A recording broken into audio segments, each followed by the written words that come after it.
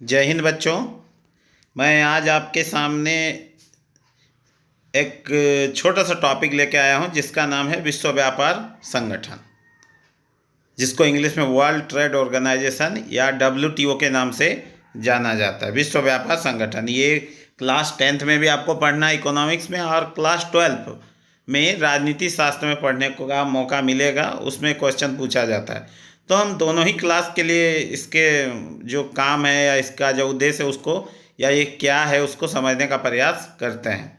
Class 12 के लिए भी देखते हैं और क्लास 10th के लिए भी देखते हैं। तो शुरू करते हैं। विश्व व्यापार संगठन WTO।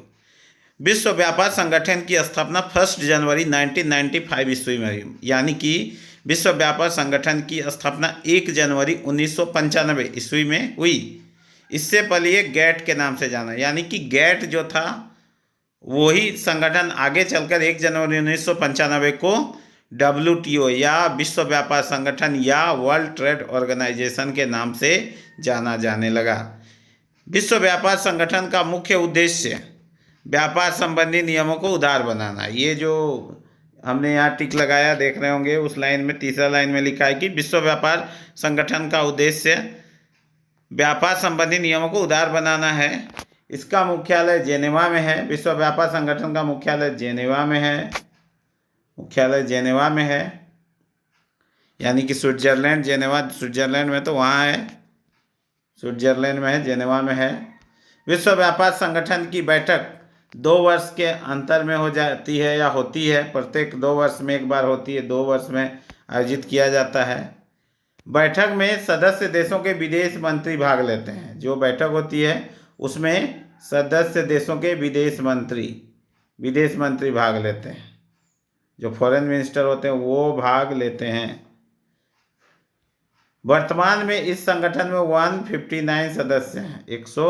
159 देश इसमें शामिल हैं। आगे है, विश्व व्यापार संगठन कोई भी निर्णय बहुमत के आधार पर ही लेता है। जो बहुमत होता है उसी के आधार पर निर्णय लिए जाते हैं। तो यही है विश्व व्यापार संगठन, जो व्यापार संबंधी नियम कानूनों को उदार बनाने की कोशिश करता है। इसकी स्थापना 1995 में हुई थी। ये प्रत्येक 2 वर्ष में बैठक आयोजित करता है। इसमें प्रत्येक सदस्य देश के विदेश मंत्री भाग लेते हैं। इसमें वर्तमान में 159 देश सदस्य हैं और ये बहुमत पर निर्णय लेता है। अब हम देखते हैं कि विश्व व्यापार संगठन के मुख्य कार्य क्या हैं, उनके प्रमुख कार्य क्या हैं। जैसे मैंने पहला लाइन या पहला सेंटेंस लिखा है, व्यापार संबंधी नियमों को लागू करना। जो भी व्यापार संबंधी नियम कानून है वो ये विश्व व्यापार संगठन का दायित्व है कि वो उसको अच्छे तरीके से लागू करे। दूसरा मैंने लिखा है, व्यापार संबंधी विवादों का निपटारा। अगर किसी देश का दूसरे देश के साथ विवाद हो रहा है व्यापार को लेके, तो ये इसका परम कर्तव्य बन जाता है कि ये व्यापार संबंधी जो भी विवाद हो रहा है उसका निपटारा करे। तीसरा मैंने लिखा है, राष्ट्रीय व्यापार संबंधी नीतियों पर नज़र रखना। हर राष्ट्र का अपना एक व्यापार नीति होता है, हर राष्ट्र का व्यापार नीति है, तो ये सभी देशों के व्यापार नीति पर निगरानी करता है, नज़र बनाए रखता है। चौथा मैंने लिखा है, विकासशील देशों को तकनीकी सहायता में प्रशिक्षण देना। जो पिछड़े देश हैं, जो विकासशील हैं, जो भी विकसित नहीं हो पाए, उनको टेक्नोलॉजी का इस्तेमाल करना सिखाना, उनकी सहायता करना तथा ट्रेनिंग देना, ताकि वह जो तकनीक है या टेक्नोलॉजी उसको अच्छे तरीके से वो चला सके। 5th नंबर में है, देशों के बीच व्यापार नियमों को उदार बनाने का प्रयास। सबसे बड़ा उद्देश्य या कार्य बोलेंगे तो यही है कि जो विश्व व्यापार संगठन है वो कोशिश करता है कि जो विभिन्न देश हैं जो व्यापार संबंधी काम कर रहे हैं उसको उदार बनाया जाए, ताकि अधिक से अधिक लोग व्यापार को अच्छे तरीके से चला पाएँ, काम कर पाएँ। अंत में 6ठे नंबर में मैंने लिखा, मुक्त व्यापार को बढ़ावा देना। विश्व व्यापार संगठन का सबसे बड़ा उद्देश्य है कि मुक्त व्यापार को बढ़ावा दिया जाए, किसी प्रकार का कोई झंझट ना हो, ताकि एक देश दूसरे देश में जाकर अच्छे से तरीके से शांतिपूर्वक व्यापार कर सके।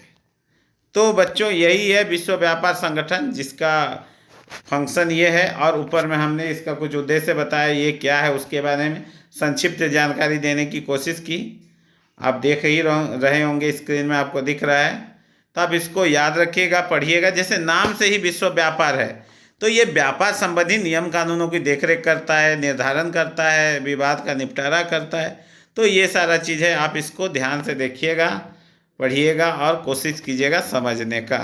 Thank you so much video को देखने के लिए, और पसंद आए तो लाइक ज़रूर कर दीजिएगा और साथ ही साथ दूसरे तक पहुंचाने का, शेयर करने का भी कोशिश कीजिएगा। और अगर कोई सब्सक्राइब नहीं किए हैं चैनल को तो उसको सब्सक्राइब भी कर दीजिएगा, ताकि वीडियो आसानी से आप तक पहुंच